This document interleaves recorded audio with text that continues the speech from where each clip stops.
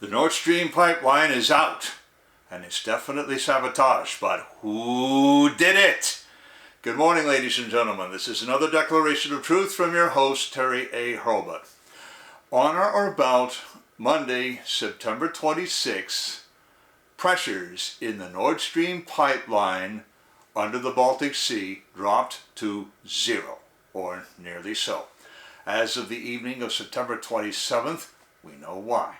3 leaks have sprung in that pipeline. 2 in the original project, which is Nord Stream 1, and 1 in the newer project, or Nord Stream 2. Swedish and Danish authorities have what they consider clear evidence of sabotage. What they don't know is who did it, and speculation is running wild. Before I get into that speculation, I do want to shout out to the prime sponsor of this channel, which is Conservative News and Views. Link in the description. Be sure to check out the awesome CNAV Store. Scroll down near the bottom for that link. Lots of good merchandise there, including this t-shirt that I have selected for today, which reads, "Boy, did I call it or what?" Signed, George Orwell. One more thing. If you like what you are about to hear, you can like this video. You can even click the bell icon to get a notice every time I come out with a new one. In fact, do you see the new icon, the heart shape with the US dollar sign in it? That's the super thanks icon. If you really want to keep these videos coming, click on that and leave me a tip. Any currency will do. Well, you might not be able to use rubles, but you'll figure it out. Now, here is what we know about the Nord Stream pipeline. Reportage on Nord Stream comes from NPR, Axios, CNN, and the Gateway Pundit. In addition, an editor named Anthony T. at We Love Trump has some interesting commentary and tweets. The Nord Stream pipeline consists of 2 projects, Nord Stream 1 and Nord Stream 2. Project 1 began about 20 years ago. And after the change of administration in 2021, it became operational. Europe had been getting its natural gas from the United States under the Trump administration. President Joe Biden cut that off, citing the left's favorite excuse, climate change. Fine, said the Europeans, so they went to Russia with a proposal to buy natural gas, which Russia has in abundance, and use the Nord Stream pipeline to bring it to Europe. Nord Stream is actually, as I said, it's a 20-year-old project. Project 1 began operation in 2021. Project 2 could operate, but has no certification. When Russia began its special military operation in Ukraine, Europe responded with economic sanctions. That included a halt to the certification process for Project 2. The Russians have responded by throttling Project 1 back, and earlier this month, they closed the valves. They said there was maintenance issues. Early Monday morning, the pressure dropped, and for a long time, no one knew anything else. But now, seismologists in Sweden and Denmark say flatly that 2 explosions occurred on the Baltic Sea floor. The explosions happened several hours apart on Monday. At last report, a large gas plume has formed in the Baltic Sea. The Swedes have ordered all ships to steer clear for the obvious reason. One spark from the engine plant of any ship and the whole area goes off like, well, just imagine. Authorities everywhere suspect sabotage. 2 of the pipes in Project 1 and 1 in Project 2 are leaking. Now that kind of thing does not happen by accident. And at last report, no one is suggesting an accident anymore. The cry comes from Swedish authorities, per Reuters, and Danish authorities, per the Associated Press. In fact, I have a link in the description to video of the Prime Minister of Denmark saying just that. Even the Russians have at least said that they cannot rule out sabotage. And now the accusations come in. The Washington Post paraphrased an accusation against Russia by 5 Messrs. Piffwits. Now remember, Piffwits is my acronym for person familiar with the situation. And here's what the Post says. Quote, 5 European officials with direct knowledge of security discussions said there was a widespread assumption that Russia was behind the incident. Only Russia had the motivation, the submersible equipment, and the capability, several of them said, though they cautioned that they did not yet have direct evidence of Russia's involvement. Unquote the Washington Post. And by the way, the Kremlin denies responsibility for any sabotage, and you would get that either way. And Jim Garati at National Review seemed to be gloating. Listen to this. 3 leaks in 2 days? Wow, that's a shame. Sounds like the pipeline's falling apart and just won't be a reliable way to get natural gas from Russia to Germany. I guess hopes of Germany and Russia eventually putting aside their differences over the invasion of Ukraine and reestablishing long-term German dependence on Russian energy just won't happen for the foreseeable future. Just terrible luck for Vladimir Putin and the Kremlin, who clearly thought a cold winter with limited energy supplies would make Germany and other European countries come crawling back to the negotiating table.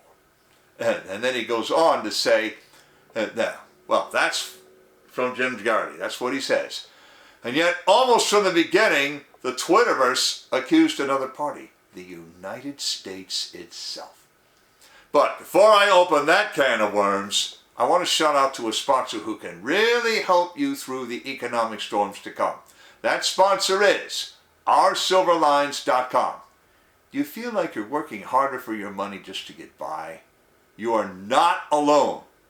The fluctuating economy, employment issues, and unexpected changes in life have left many families struggling over the past few years. Collecting gold and silver can help shield you against many of these challenges. But if you're like me many years ago, you don't know where or how to start. Our Silver Lines helps by connecting you with thousands of members who are learning the secrets to creating and protecting true wealth by collecting precious metals.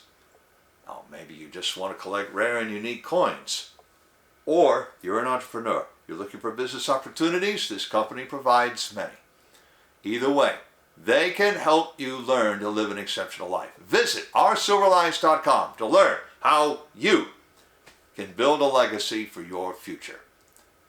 All right. Now, let's get into the accusations against the United States. Radek Sikorski, member of the European Parliament, said flatly, "Thank you, USA." He shared no evidence, no links, just an embed of a snapshot of the gas plume in the Baltic Sea and these words, "Thank you, USA."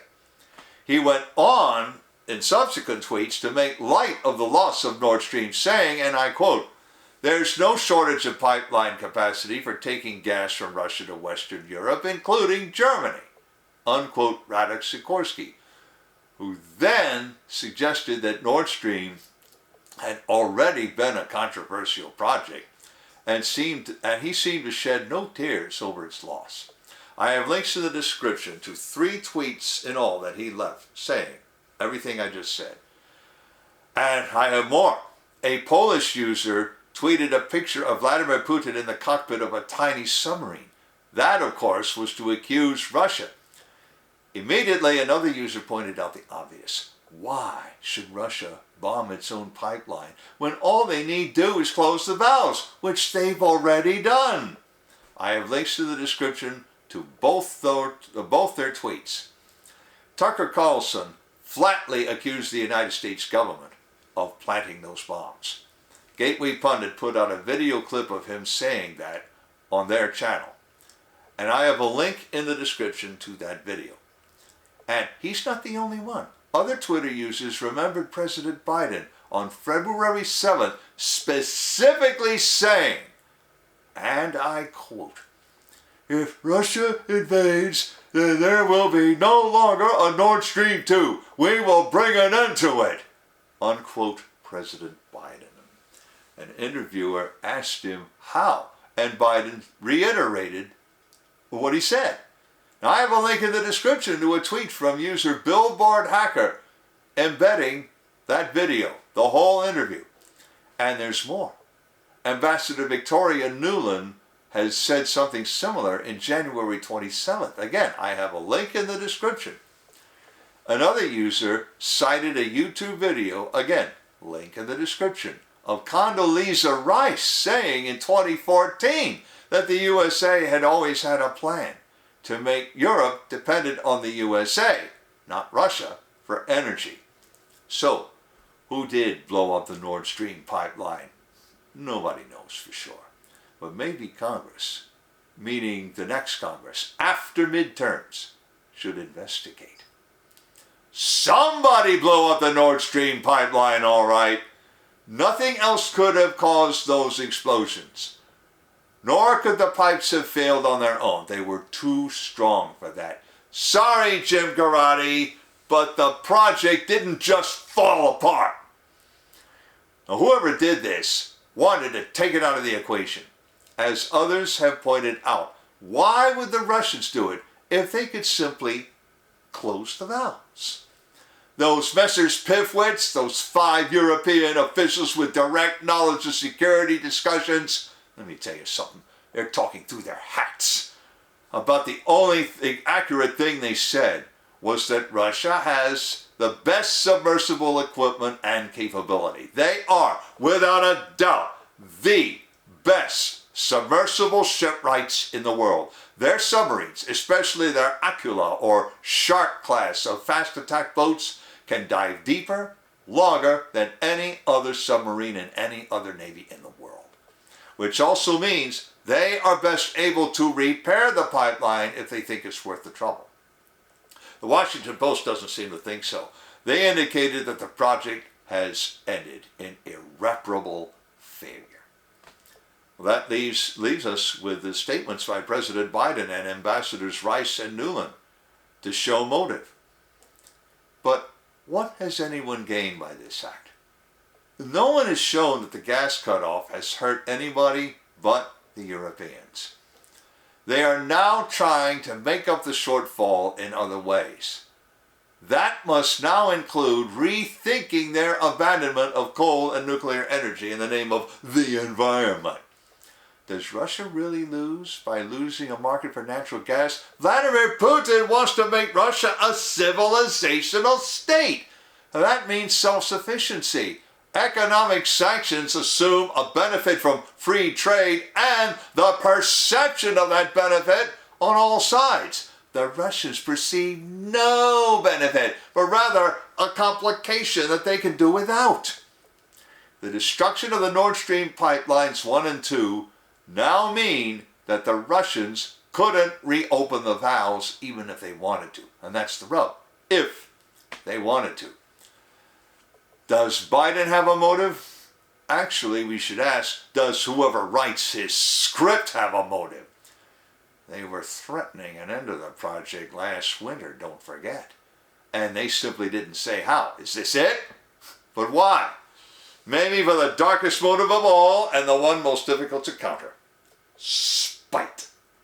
That's why Congress needs to investigate after midterms. The present Congress is too feckless to investigate anything this administration does. America will get another Congress next year. Let's hope they can ask the right questions.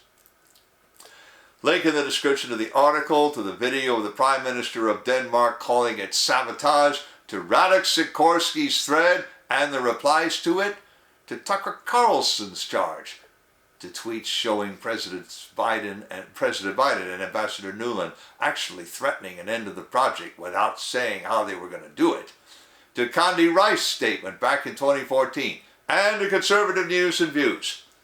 I've also left links to the awesome CNAV Store and to oursilverlines.com, as I also mentioned. You know already about how to like a video, turn on notifications, and leave a tip. And on the end screen, I'm going to leave a subscribe link and links to those 2 videos that I mentioned, and to an earlier video discussing what a civilizational state is.